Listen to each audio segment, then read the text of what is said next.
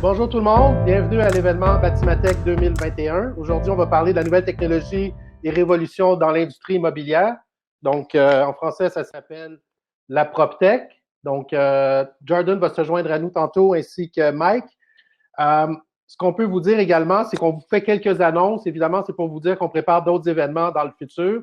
Il y a un événement qui s'en vient le 28 avril prochain qui va être sur la plateforme sous forme d'exposants, pitch et réseautage, immobilier, PropTech et construction.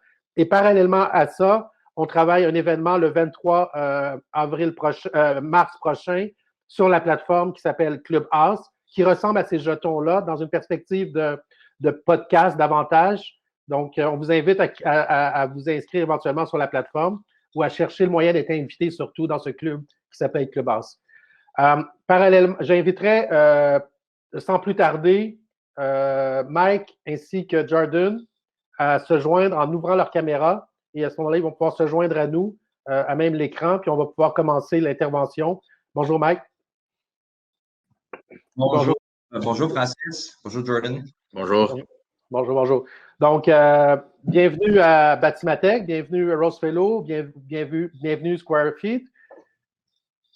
Je pourrais commencer avec une question. On a déjà une liste de questions, soit dit en passant, mais c'est pas enregistré, c'est live, là, donc vous les avez vus, ils sont habillés de la même façon, c'est pas, etc. Donc, on pourrait commencer tout de suite. Voulez-vous qu'on commence tout de suite dans le vif du sujet, peut-être nous expliquer, Jordan, votre rapport avec l'industrie? Certainement. I'll explain this in English if you don't mind, and I'll try the best that I could to answer as many questions in French. So Jordan Owen, co-founder of SquareFeet.ai. My background is in real estate development, working in real estate development since the beginning of my career, finding a love for technology and real estate early on.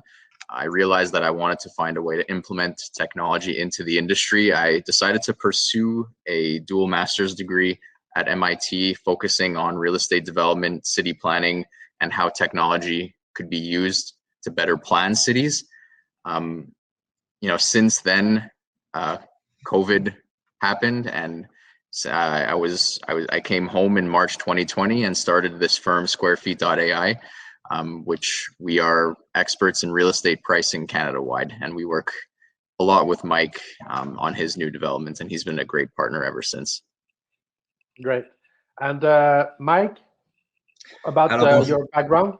Oui, avec plaisir. Alors, Mike Jagger, cofondateur et coprésident de Rosefellow. On est développeur immobilier. On a commencé l'entreprise au mois de novembre, je dirais le 1er novembre 2019, alors juste avant la pandémie. Et depuis ce temps, on a acquis et développé plusieurs différents genres de projets, mais notre focus est toujours les projets industriels et le multirésidentiel locatif. Alors, depuis qu'on a ouvert la compagnie, on a acheté un peu plus de 4 millions de pieds carrés de terrain pour du développement industriel.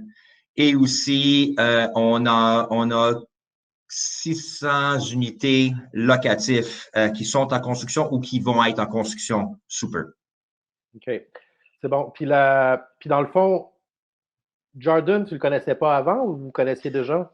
J'ai connu la famille, l'entreprise de sa famille, mais Jordan, personnellement, on s'est connus juste brièvement dans les différentes conférences, mais c'était limité. Okay, j'ai su apprendre à le connaître par l'entreprise qui a fondé SquareFeet. Exact. Parfait, bravo. Donc, on va y aller avec une couple de questions. Moi, j'invite également les gens qui participent aujourd'hui. L'intelligence n'est pas juste dans la conférence où vous voyez 3 personnes, mais est avec vous dans la salle. Donc, si vous avez dans votre tête des questions à formuler à l'attention de Jordan, Mike ou moi-même, gênez-vous pas. C'est possible dans le chat. C'est possible également de questionner directement Jordan ou Mike à travers ce paramètre-là. Donc, on va y aller. Donc, qu'entendons-nous par la technologie dans l'immobilier? Je la pose à vous deux. Qu'est-ce qu'on entend quand on parle de technologie dans l'immobilier? Jordan, if you don't mind. Yeah, sure, go ahead. Moi, je vois ça comme 2 volets. Il y a le côté propriétaire et gestionnaire d'immeubles, mais aussi le côté consommateur ou utilisateur. Du côté gestionnaire propriétaire, je pense que c'est d'être proactif et non réactif. Et c'est la manière qu'on utilise la technologie. Et ce que je veux dire, avoir l'intégration intelligente appliquée à nos bâtiments pour être en mesure de savoir un problème. Exemple, le chauffage est trop haut, le toit écoule. Être en mesure de savoir ces détails-là avant d'avoir un locataire qui doit nous appeler pour nous dire il y a un problème. Je pense que ça, c'est un aspect extrêmement important. C'est la manière qu'on peut utiliser la technologie à sa fine pointe. Pour les locataires du résidentiel, nous, ce qu'on veut faire, c'est créer des écosystèmes qui sont intéressants. On veut connecter les gens dans un projet. Quand tu as 300 voisins qui sont dans un bloc appartement avec vous et personne ne se connaît, ça nous intéresse pas. C'est comment créer une ville dans une ville. Et je pense que c'est la technologie qui nous aide à connecter les gens ensemble. Exact, exact. Jordan, est-ce que tu veux en rajouter? Ouais, je voulais juste ajouter que il y a beaucoup de façons à implémenter la technologie dans l'immobilier. C'est juste de faire les affaires beaucoup plus faciles. Ici à Square Feet, on fait le pricing, on fait l'optimisation. Un de mes amis qui est dans who's in the crowd, Jonathan Margell, is CEO of Building Stack. He is making the communication between tenants and the landlord and all the management behind that just seamless. So there's ways of implementing technology in tons of aspects, whether it's building management, like Mike said, or customer experience. OK, great. Thanks. Une autre question, c'est quelles sont les technologies qui se sont démarquées lors de la pandémie? Puisque dans le fond, il y a eu comme peut-être un choc, pas thermique, là, mais un choc numérique, digital. Avant la pandémie, j'ai jamais utilisé ou eu la chance d'utiliser une conférence vidéo, un Zoom, un Teams, un Google Meet. C'était la première fois, ça a pris un peu un ajustement. Je suis une personne très personnelle, j'aime rencontrer le monde, être devant eux, et c'était un changement total pour nous. On s'est adapté, évidemment, mais aussi l'aspect légal, les procédures légales, notariser et conclure un acte de vente qui se fait présentement sur un écran et non devant un notaire. C'est des aspects que jamais de la vie j'aurais pensé on irait dans cette direction-là, mais avec la technologie, on était capable, même durant une pandémie, de continuer à travailler. Exact. Puis par rapport à la pandémie, comme on dit, les technologies, selon vous, qui se sont démarquées, Jordan? C'est tout, comme Mike a dit, remote. Qu'est-ce qu'on fait ici interne? Si on fait le image recognition des unités intérieures, il y a beaucoup de gens qui doivent faire l'évaluation puis faire les visites manuellement. Au lieu de faire la visite manuelle, c'est pas possible durant la pandémie. Il y a une grande demande pour qu'on peut faire ça tout automatisé, tout remote, avoir la capacité de faire l'image recognition puis quantifier la valeur de l'intérieur, c'est vraiment critical. Other than that, le VR, le AR, de savoir comment les appareils, le furniture, ça fit dans votre appart, dans votre maison. C'est tout qui enlève les gens d'aller à l'extérieur, unfortunately, qui était vraiment hot durant la pandémie. C'est un très bon point, Francis, que Jordan apporte, et c'est des aspects qu'on n'a jamais pensé intégrer dans nos bâtisses, mais dans, exemple, un de nos projets que Jordan a analysé pour nous aussi, c'est un projet à Ville-Saint-Laurent où il va y avoir 270 unités locatives, et il va avoir, en entrant à la bâtisse, facial recognition. Plus besoin de toucher une porte. On a peur, on ne sait pas qu'est-ce qui se passe dans le monde, on veut éviter des pandémies futures, mais être en mesure de rentrer dans un bâtisse sans jamais avoir touché une poignée de porte, tu regardes l'écran analyse votre visage, on rentre, on approche notre porte de notre appartement, et en approchant la porte se débarre elle-même. Pas besoin de le toucher, pas besoin de clé, pas besoin de, c'est même à la proximité va débarrer. Juste des petits systèmes que jamais on n'aurait pensé avoir besoin de faire, mais on veut rendre la vie simple et facile pour les gens qui habitent dans nos projets. Oui. Puis j'imagine que avant la pandémie ou pendant la pandémie, il y a eu comme un éveil de dire, attends une minute, est-ce que j'ai vu de la technologie qui aurait pu être apprise ou consommée ou doit être consommée maintenant, là? On t'a nommé le VR, par exemple, qui permet de voir les objets à distance, le virtual reality, mais il y a d'autres aspects également, là. Qu'on doit travailler. Donc, l'autre idée, c'est comment on choisit un bon partenaire. Parce que oui, on rencontre les gens dans des lieux communs, on finit par avoir un lien de confiance, que ce soit physique comme dans le bon vieux temps, mais on doit aussi déterminer est-ce que c'est le bon partenaire avec la bonne solution aussi, là. Pour nous, la manière qu'on regarde ça, c'est un peu, on prend la même direction comme la manière qu'on développe un projet. Jour 1, dans un projet de construction, on va avoir les professionnels assis autour d'une table. L'architecte, l'ingénieur, le contracteur, le développeur, tout le monde est assis autour de la table pour se lancer des idées. On veut cette même collaboration avec la technologie. Exemple, je parlais tout à l'heure du facial recognition, mais si cette technologie-là ne fonctionne pas avec les ascenseurs, ne fonctionne pas avec l'autre technologie dans la bâtisse, ça nous intéresse pas. Il faut avoir des partenaires dans la technologie qui sont ouverts à utiliser leur programme ou leur technologie avec d'autres sortes de technologies. Oui. Qu'est-ce que tu as, Jordan, par rapport à ça, ça nécessite ceux qui développent aller chercher les API pour se loguer sur les. Être tout le temps, dans le fond, travailler sur 2 ou 3. On parlait pour se loguer, par exemple, au niveau de la comptabilité, il y a 2 systèmes comptables dans l'immobilier. Donc, il faut travailler avec ces 2-là qu'on développe une application. Oui. Pour répondre à votre question, quelle sorte de partenaire est-ce que tu dois choisir? Je pense que c'est vraiment important de savoir qui vous travaillez avec, d'avoir une idée que le problème que votre partenaire essaye à résoudre est en ligne avec ce que vous voulez avoir dans votre bâtiment ou dans votre portefeuille, et d'avoir la capacité to trust them and to evolve with them. To ask them what you need to have them adapt the products. Comme Mike a dit, c'est un partenariat qui les deux peuvent gagner s'ils travaillent ensemble. OK. Puis dans ce même esprit-là, j'imagine que Mike est occupé dans son métier. Hein? Il y a 90 heures par semaine à bien exécuter ce qu'il y a à faire, trouver des terrains, trouver des bâtiments et l'ensemble de l'œuvre. Dans le cas de Jordan, c'est la même chose par rapport aux technologies. Mais comment on fait pour s'entourer d'une équipe? Parce que j'imagine que Mike, tu dois quand même t'appuyer sur des seconds, puis des subalternes, puis des dauphins qui vont t'aider à justement faire ces choix stratégiques-là, technologiques, là, ou prioriser ces technologies-là. Là. C'est pas évident. C'est pas évident. On est dans un domaine de la construction, du développement, de l'immobilier.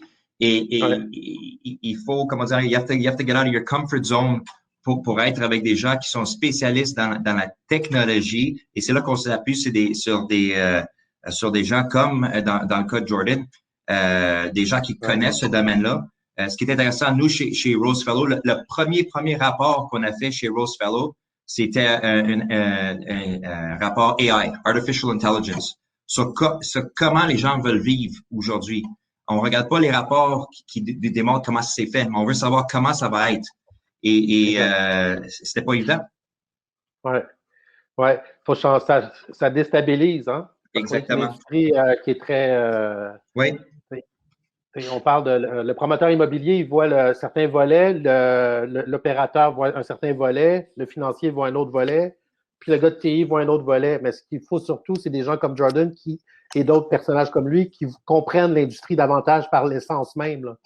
Donc, les valeurs de l'industrie. Là. Au sujet d'un startup comme nous autres et d'autres compagnies de PropTech, c'est important d'avoir un marriage entre leur business mind puis leur tech.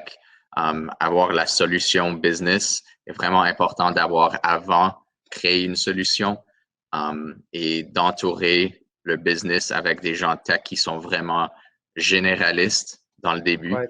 Des spécialistes dans le début, c'est pas important. On doit avoir des gens qui peuvent faire tout. Et c'est vraiment ça. Et au sujet des développeurs, c'est juste d'avoir un open mind de ce qui est possible dans le futur et ce qui est possible avec la technologie. C'est ça. Puis, quand on parle de benchmark, dans le volet, on doit réfléchir à ce qui se fait dans d'autres secteurs. Hein. L'immobilier s'inspire de ça. Comment on fait ce benchmark-là? On ne peut pas juste regarder ce que, en guillemets, Red Bull fait puis se dire, c'est ça qu'on doit faire, notre site web doit ressembler à ça, nos outils doivent ressembler à ça. On doit benchmarker ce qui se fait. Comment on s'inspire des autres? Je pense quelle industrie? On s'inspire de quelle industrie aussi, là? Je pense qu'on s'inspire de toutes les différentes industries. Je pense à l'épicerie, comme exemple. Ouais. Pendant longtemps, on va à l'épicerie, on achète ce qu'on a besoin, une pinte de lait. Ouais. La pandémie nous frappe. Tout le monde est sur Internet en train de commander une commande. La commande se fait placer, mais c'est l'épicerie du coin qui reçoit la commande et c'est le jeune qui est à l'école, qui travaille à temps partiel, qui fait la commande et après ça, les livrer. la plupart des commandes, mes commandes étaient mal faites, il y avait des choses qui manquaient. Ouais. Je pense qu'on a tous appris, même ceux qui étaient dans le domaine, ils se sont dit, ben non, il faut changer la manière qu'on va capter ces commandes-là. Ça va être placé, ça va être envoyé à un entrepôt et ça va être automatisé et ça va être l'automatisation qui va faire la commande et ça va être livré. Ben, pour fournir ces espaces-là, il faut des développeurs qui vont construire des entrepôts qui vont être automatisés pour accommoder cette nouvelle genre d'expérience. Alors, je pense que c'est il y a plusieurs raisons pourquoi le marché industriel a pris une croissance incroyable durant la pandémie. Ça, c'est un des points. E-commerce a fait un boom incroyable et c'est les gens qui doivent s'adapter présentement. Ta clientèle n'est plus locale, ta clientèle est maintenant internationale. Exact, exact. Puis Jordan, j'imagine que c'est la même chose pour toi dans ton développement. Dans la technologie, le benchmark, c'est toujours at least twice as good. Tu dois être moins cher, tu dois être plus efficace que traditionnel.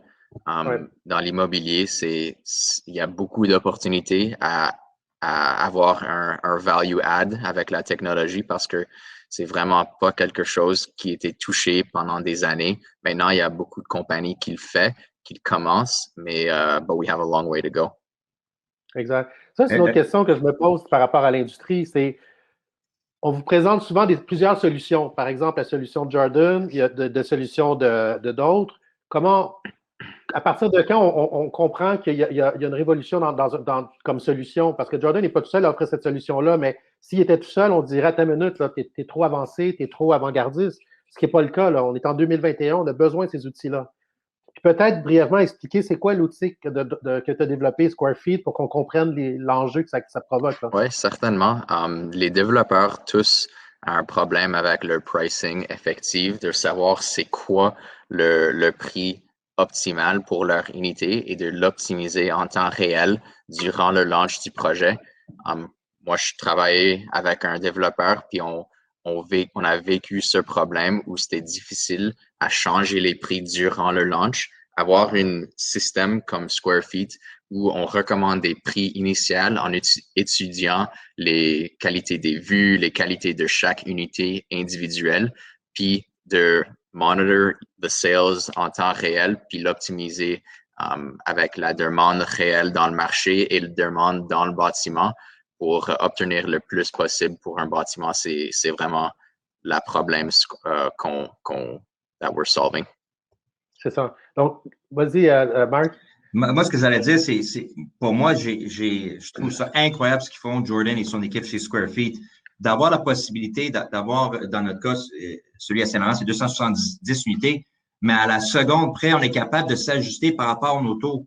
Je donne un exemple, un samedi, les unités de une chambre, ça se loue un après l'autre. Peut-être on a mal coordonné, priced nos unités.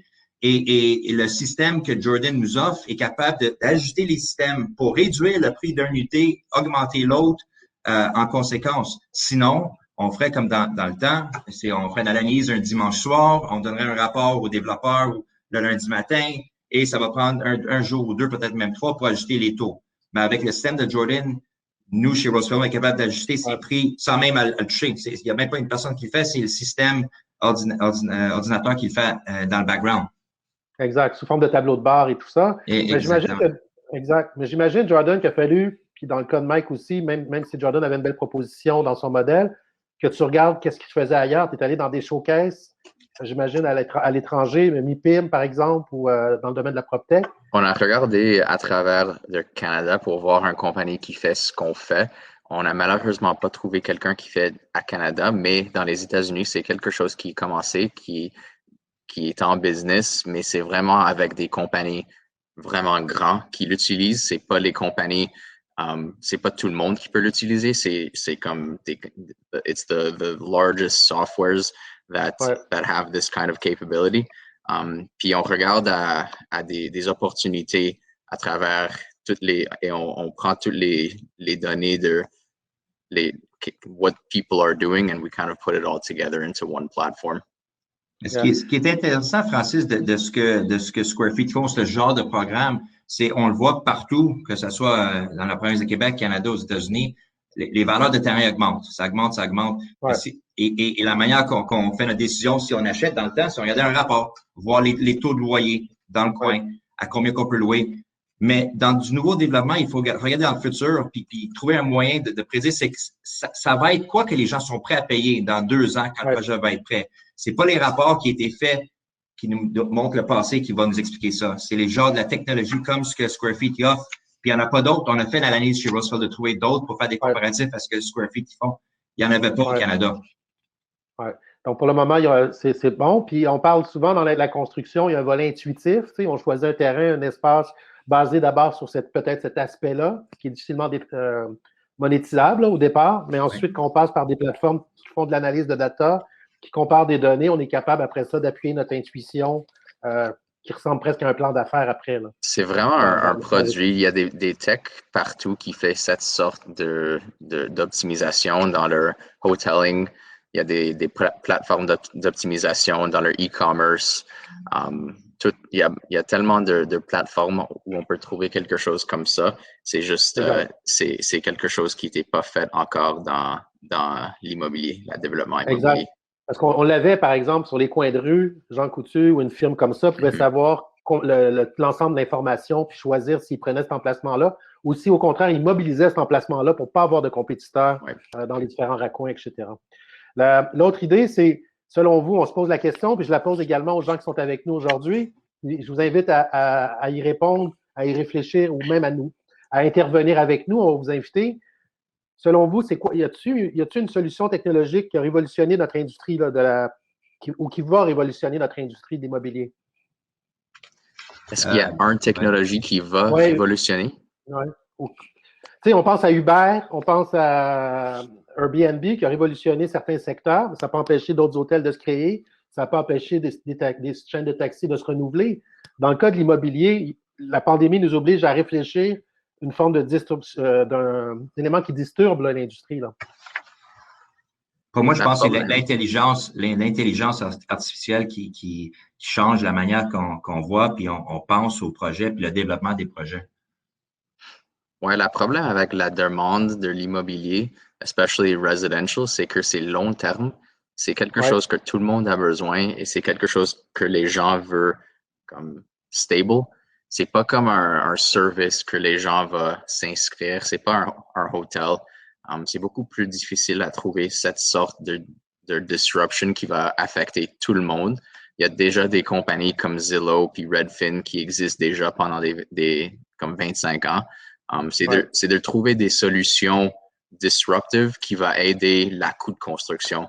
Par exemple, à Chine, il y a des compagnies qui font 3D printed houses, 3D printed apartment buildings. Il y a un bâtiment de 22 étages qui était imprimé dans 19 jours. C'est quelque chose qui est impossible, on pense que c'est impossible ici, mais ça commence en Californie. C'est toute cette sorte de disruption qui va vraiment affecter l'environnement. On intègre aussi... Oui, vas-y, John. Non, j'allais dire, puis il faut cela. On le vit. Nous, on travaille avec différents contracteurs généraux sur différents genres de projets et c'est presque à tous les semaines qui se font aviser qu'il y a des augmentations de coûts, que ce soit l'acier et d'autres aspects. Alors, il faut de quoi pour créer une stabilité parce que sinon, c'est qui paye pour? Ben, c'est les locataires parce qu'ils payent plus de loyer. Exact. On parle aussi, on en a parlé dans un autre événement de Batimatech où on intégrait, comme tu as dit tantôt, l'impression 3D, mais on parle aussi de la préfabrication qui commence aussi à pénétrer le marché de votre marché. L'industriel a besoin d'utiliser des espaces pour faire du préfab là, de plus en plus. OK, c'est bon.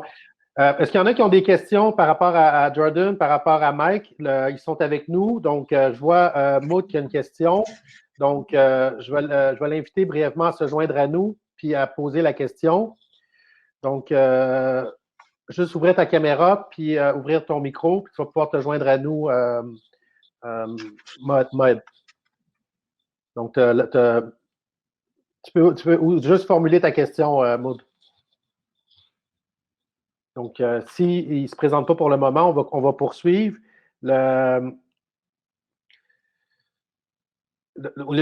problématique, dans le fond, Moi, je pense que la technologie... il arrive, il est là. Merci. Non, parce que c'est dire quelque chose avec les mots. Désolé pour ça.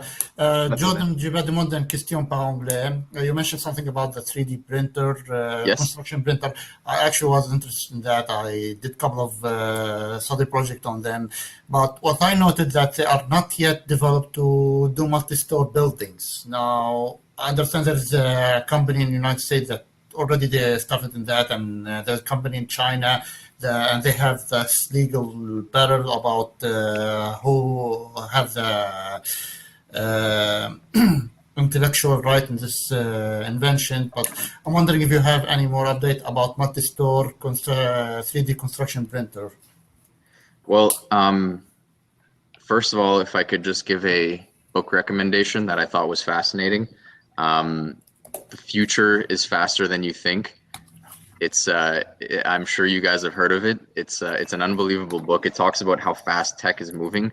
You know, something that we would have thought is not possible a couple of years ago is actually happening today. It's not only in the lab, it's actually out in practice. In China, they have built a 52-story building by printing it.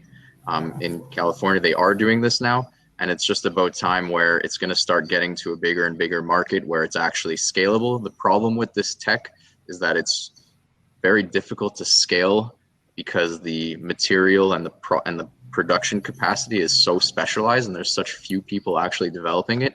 So getting it to that kind of level where we could mass produce this production material is going to allow us to get to that level. And the fact is that 3D printed buildings cost a fraction of traditional buildings. So it's just a normal step to where we're going to be going.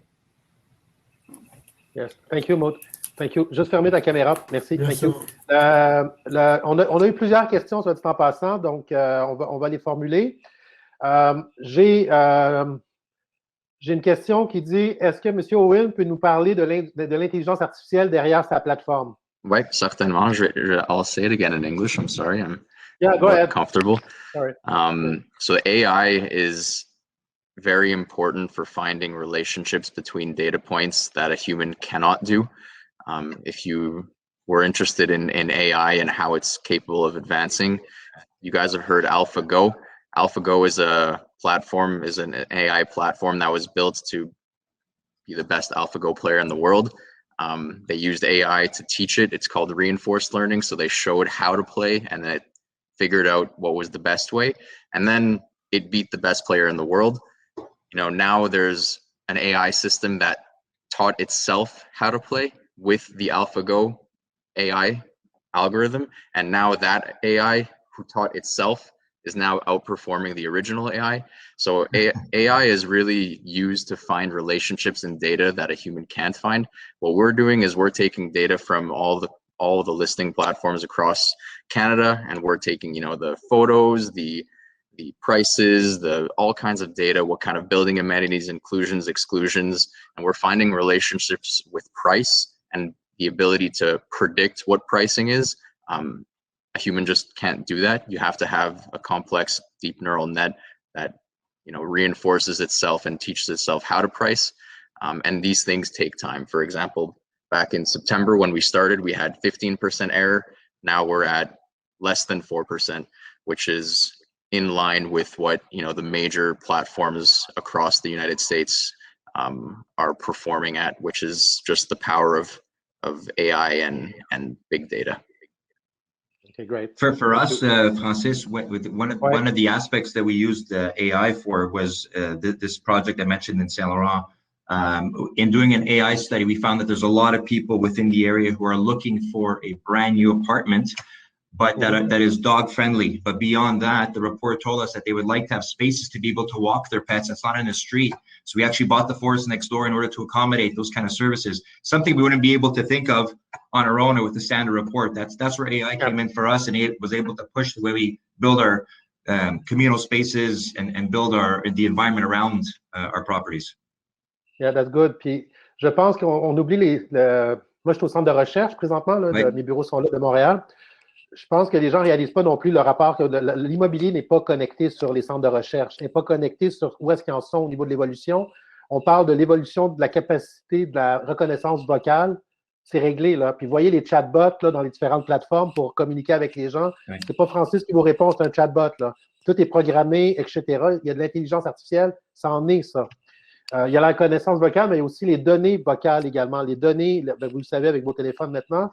Donc, on reconnaît les mots, on peut après ça les emmagasiner puis leur donner une valeur, etc., etc.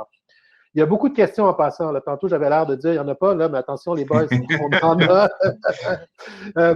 Jordan, Mike, je vous invite à cliquer sur le mot QA à droite. Je ne sais pas si vous le voyez. Donc, moi, je peux les faire dans l'ordre, mais s'il y a des questions que vous voudriez répondre prioritaire compte tenu du temps, on peut le faire aussi. Ou je peux les faire dans l'ordre pour respecter les gens qui ont formulé des questions. Allez-y, allez-y. OK, donc, selon vous, il y a une question qui dit, selon vous, quels sont les killer apps, les services techno super populaires pour les locataires ou propriétaires dans un complexe immobilier? Valley One, c'en est un qu'on va utiliser dans un de nos projets. C'est là que we can have facial recognition coming into the building. Les autres, ça, c'en est une où est-ce que tu peux même connecter les gens dans le projet. Exemple, on a un événement sur la toiture à la piscine, un barbecue que nous, comme propriétaires, on va organiser pour nos locataires, pour les remercier. On peut le faire à travers l'application. On peut même, la technologie qu'on va utiliser va même démontrer aux gens combien de personnes sont dans une salle avec les sensors. Post-COVID, même si on va avoir nos vaccins, les gens vont pas toujours vouloir être dans des excusez-moi le terme, dans des gros crowds, mais savoir dans le gym un matin, il y a 4 personnes, puis il n'y en a pas 12, ça m'intéresse, ou dans la salle de cinéma, c'est pas rempli de monde. La technologie va nous aider à donner cette information-là à nos locataires. Exact. Améliorer la qualité de vie, puis réserver les espaces. Puis le confort, exactement. Oui, exact. C'est bon. Il y a une autre question. Vous n'êtes pas obligé de répondre les deux aux questions, mais si vous voulez y répondre puis en rajouter, allez-y.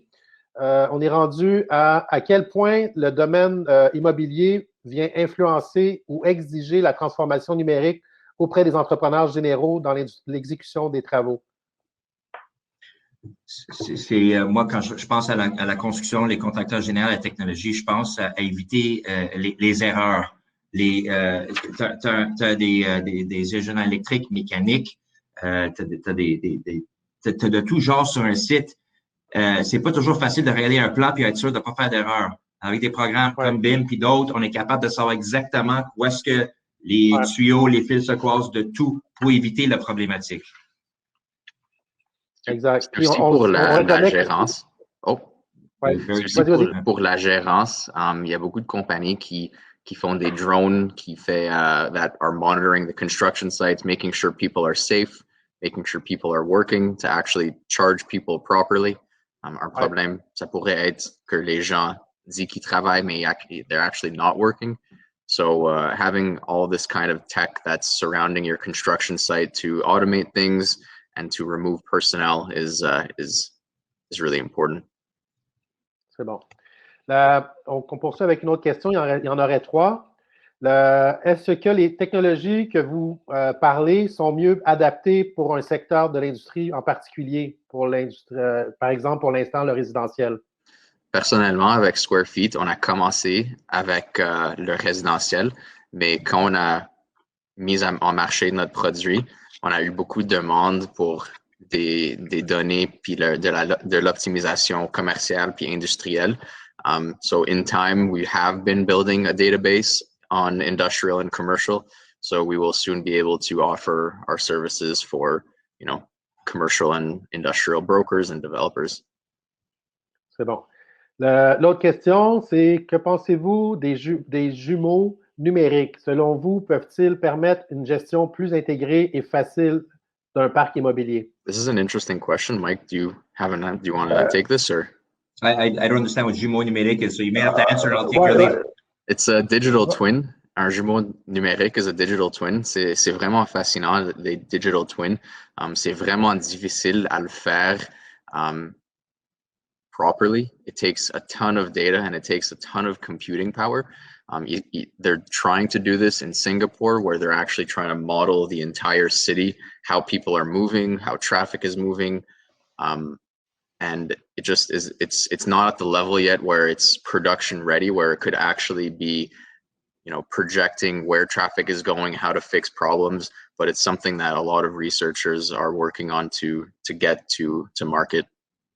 This is what I see. For now, it's like a buzzword. Pour l'instant, Yeah. Beaucoup de gens font du jumeau numérique. Il y a beaucoup de logiciels propriétaires. Tu as Johnson Controls qui vont pouvoir le faire dans une partie pour le HVAC. Mais à date, j'ai jamais vu de plateforme intégrée qui te permet de gérer l'ensemble des parties prenantes pour faire un jumeau numérique total. Ouais. Dans notre entreprise, on essaie de le développer, mais je n'ai pas encore vu de early adopters. Je me demandais un peu où est-ce que c'était rendu dans le marché. Puis si vous, en tant que développeur de technologie, puis en tant que développeur immobilier, en fait, si vous remarquez que ça s'en va vers là, où on n'est pas encore là dans les jumeaux numériques pour comme les villes en entier, on n'est pas encore là, mais les jumeaux numériques pour les bâtiments, we're getting there. Moi, j'ai travaillé avec des compagnies qui font des jumeaux numériques pour des bâtiments pour prédire où, comme where to repair, where to put your attention to, how to save on energy, all that stuff. Ça existe et on l'a implémenté dans nos bâtiments. Mais pour le faire dans un scale un peu plus grand à travers une ville, c'est juste, on n'est pas là. OK, c'est bon. Est-ce que ça répond, Alexandre? Ça répond parfaitement. Merci infiniment. Merci. On a d'autres questions. Bon, parfois, vous rentrez, Fred, t'enlèves ta caméra également, ton micro. J'ai également d'autres questions. Puis évidemment, vous m'excuserez, mais on en a de plus en plus. Là.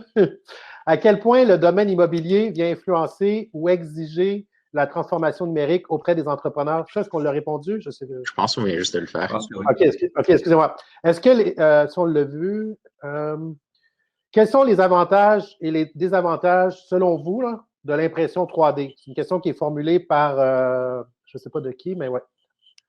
En général, premier. Après, we'll narrow down to real estate. Generally, 3D printing has been here for 20 years, 20 plus years. But it's been, with just plastic and oil. And we were doing, little toys, whistles, something very simple.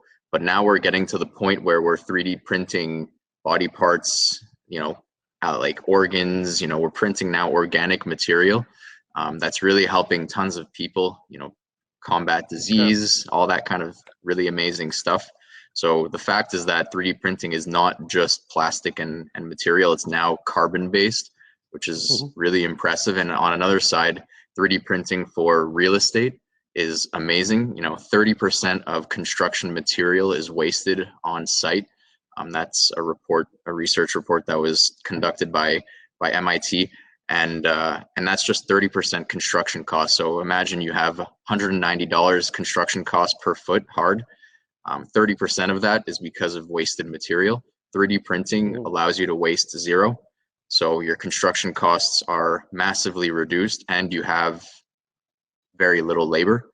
So it's definitely an opportunity that tons of people are aware of, and it's to just get to the point where we could produce it again.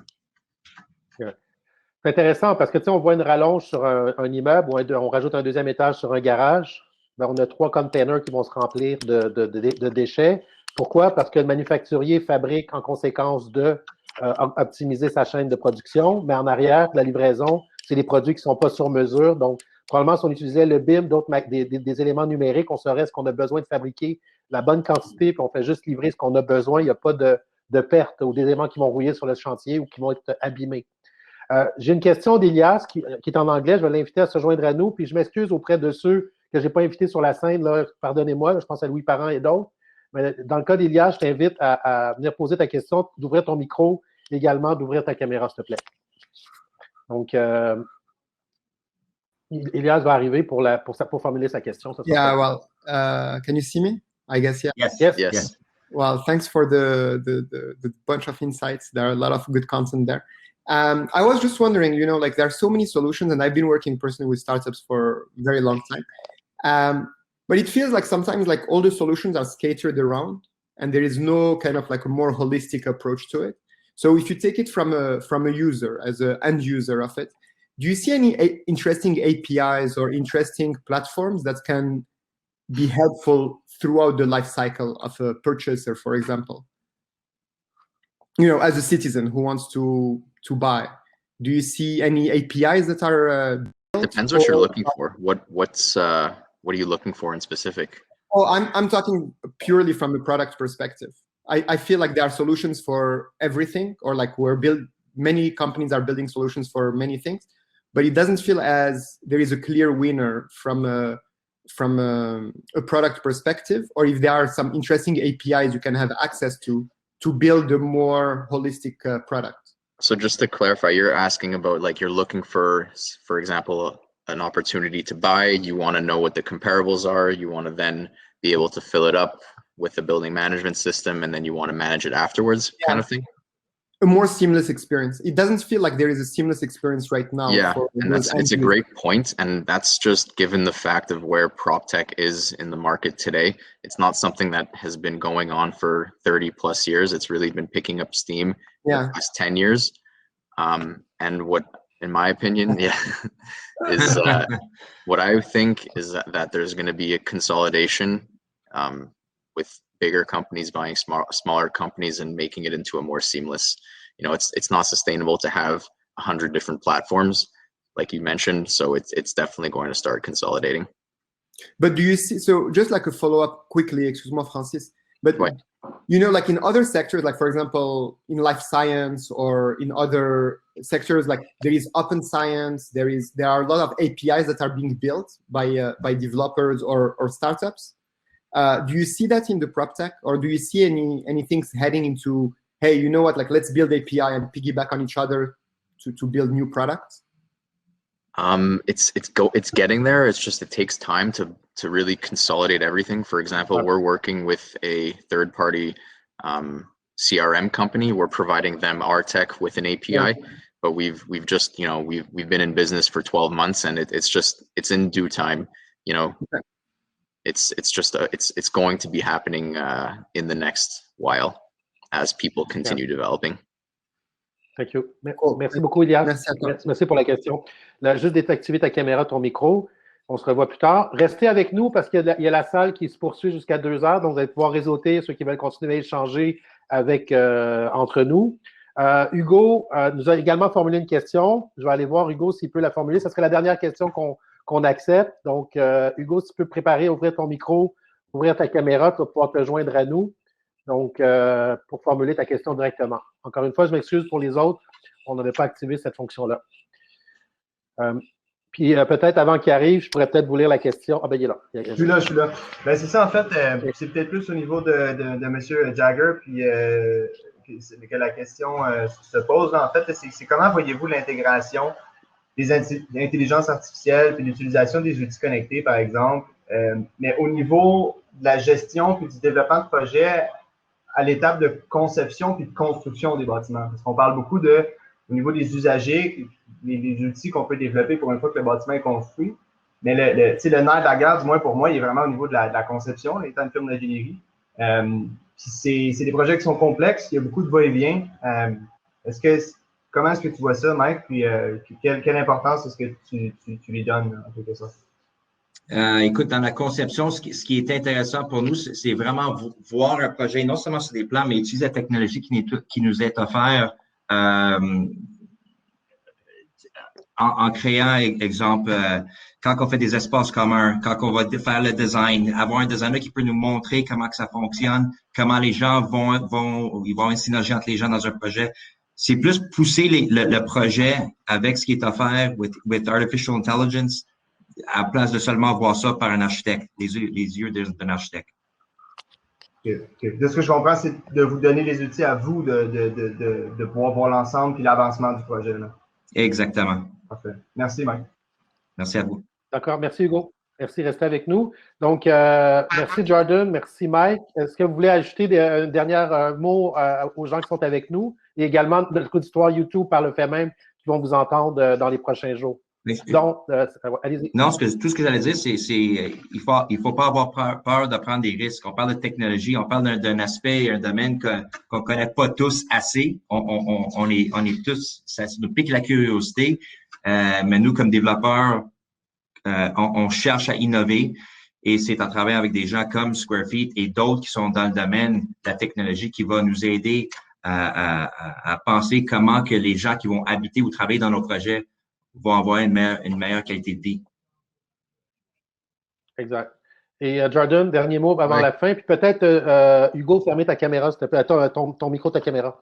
Juste pour dire Jordan, à la fin, I would be very happy speaking with anyone after this conference. I put my my email and my cell phone. I've been on many calls with developers, with people who are just interested in real estate and tech to have a discussion. You know, there's always something positive to get out of these conversations. So feel free, call me, email me, happy to chat. All right. Thank you.